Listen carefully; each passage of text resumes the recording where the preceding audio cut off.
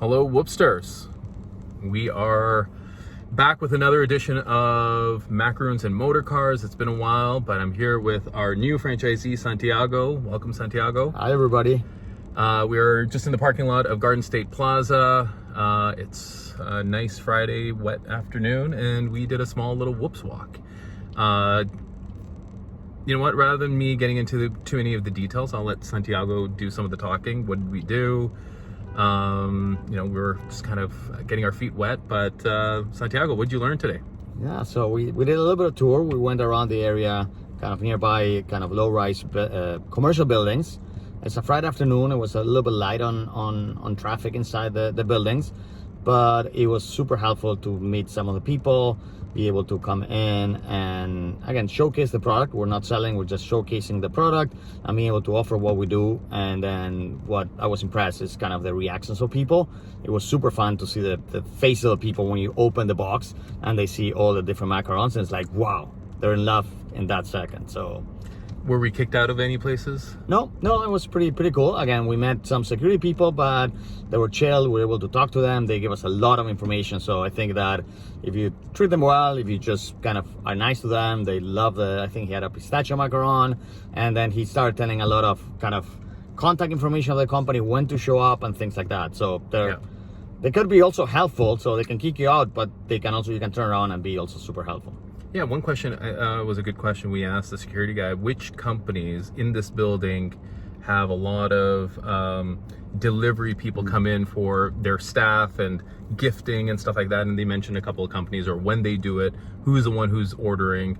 So without even talking to a company, we figured out what their cadence is in purchasing. Yeah, that was kind of cool. Yeah, it was a big real estate company that they mentioned, so it's good to know those kind of things. So now, again, they're working remotely today, but it's good I'll come back to them and try to engage with whoever that is. Yep. And then we went to another building, which we thought there would be security, but actually was quite good. 3 big buildings, probably 10 floors? Yeah, 10 stories. At least 10 stories and lots of companies. We went up one.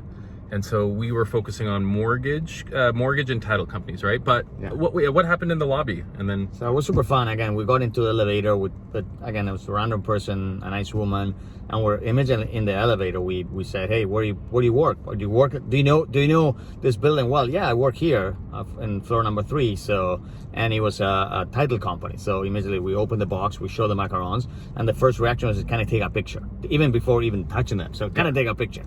So we started chatting with them. We got off at the floor number 3 where she was. We started engaging, and again, we just didn't sell a product. The product sold. She said she was head of marketing or something like that, and we were like, "Oh, let's talk." So yeah, again, we learned that they do a lot of gifting for clients and for the closings, and she immediately wanted to show kind of the product to her boss that was in the office. So again, that was a really nice kind of segue because she loved the product. She wanted to do it. She invited us in, and then we had a quick chat with the boss. Yeah, and then the boss just reaffirmed. I mean, he was looking for kosher, but I think he's Jewish himself, Orthodox. But they still have gifting needs. And how many closings do they do a week? No, a month, he said. It's like 30, 40, so it was 10 to 15 or 10 to 12 a week, something like that. 10 to 12 a week. So, if we got $50 for that, 40 a week, that's what? Or 40 a month, so that's $2,000 a month. One company would be phenomenal, right? Yeah. Of course, the mortgage industry is a little bit in disarray right now, but it doesn't mean that closings aren't happening. And then from there, we went to a title company. We found a title company. They were in the middle of a meeting. There was a couple closing on a house. But everybody enjoyed the macarons. So slowly starting, again, we met two ladies that were kind of on the side, and everybody started showing up and getting closer to the macaron. So everybody got a bite. Even the couple that was there closing the house. So it was funny. So, but they also have a lot of different gifting needs in terms of each one of them. So Shili, the person that's responsible, was not there, but again, we have their contact information. I'll follow up with them this week, and everybody loved them. So especially the guys took pictures, and they were just kind of again, they like the way that we can fully customize it, just be able to ship it nationwide as well for some of the clients. Yeah, and I think one other learning was initially people don't get that macaroons can be a gifting item, especially for corporate, but once we showed them items, and we told them, we reaffirmed that. I mean, they were all taking pictures, so we're like, well, what was the first thing you did? Pictures. Well, guess what macaroons, when you gift them, what the giftee is going to do on Instagram and whatnot, and that's beneficial to you. And they're like, oh yeah, that's a great idea, versus wine glasses and wine bottles and stuff like that. So all in all, and then we last company was Randstad. It was a staffing company. Yep. So again, there was only 2 people in the office there, but they mentioned that they definitely also do some gifting, and one wants to send already a box to the girlfriend. So I think was successful. I'll follow up with them, and again, they were working on the manufacturing and logistics side of the industry. So yeah, and then last was just a small law firm, right? Yeah. So I think we spent 2 hours, 1 hour just kind of getting our feet wet and just driving around a little bit, but really 1 hour of productive work.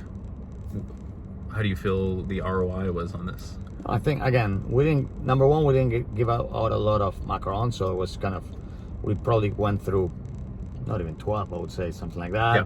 I think I'm definitely gonna close at least one of the 2 title companies. That's for sure. Something will come up with that. So again, for the time investment, it was probably an hour and a half. So it's pretty good. Yeah. And it's weekdays, it's slow. We're gonna go back into the kiosk and kind of get busy with retail again, but this is a nice way to offset your afternoons, your weekdays before the weekends when they're busy, and it just feeds into your overall growth. So yeah, I think learning from today, don't do it on Friday afternoon. Yeah. Probably Tuesday, Wednesday, Thursday, kind of after lunch, much better. Yeah. But for that, again, the good thing is that everybody was chill out. It was Friday afternoon. They have time in their hands. But again, it's a little bit of ratio in terms of how you invest your time. Yeah. All right.